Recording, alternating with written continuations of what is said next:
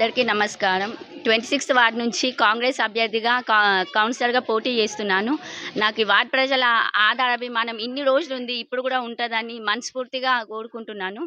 మా మా వార్డ్ ప్రజలే నా చుట్టాలు. అందరూ నా ఆడబిడ్డలు, మా వదినెలు, మా అన్నదమ్ముళ్ళు, మా వదిన మరదళ్ళు అందరూ అట్లా అనుకోనే తిరుగుతున్నాము. ఏ కుల మత భేదం లేకుండా అందరం కలిసికట్టుగా తిరుగుతున్నాము. అదే విధంగా ఇట్లనే కంటిన్యూ అయ్యి అందరూ భారీ మెజారిటీతోని గెలిపిస్తారని అందరి ఆశీర్వాదం ఉండాలని మనస్ఫూర్తిగా కోరుకుంటున్నాను.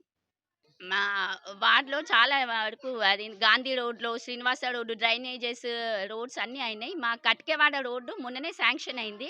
రీసెంట్‌గానే శాంక్షన్ అయింది. ఇప్పుడు ఒక 2 మంత్స్‌లో కంప్లీట్ అయితది.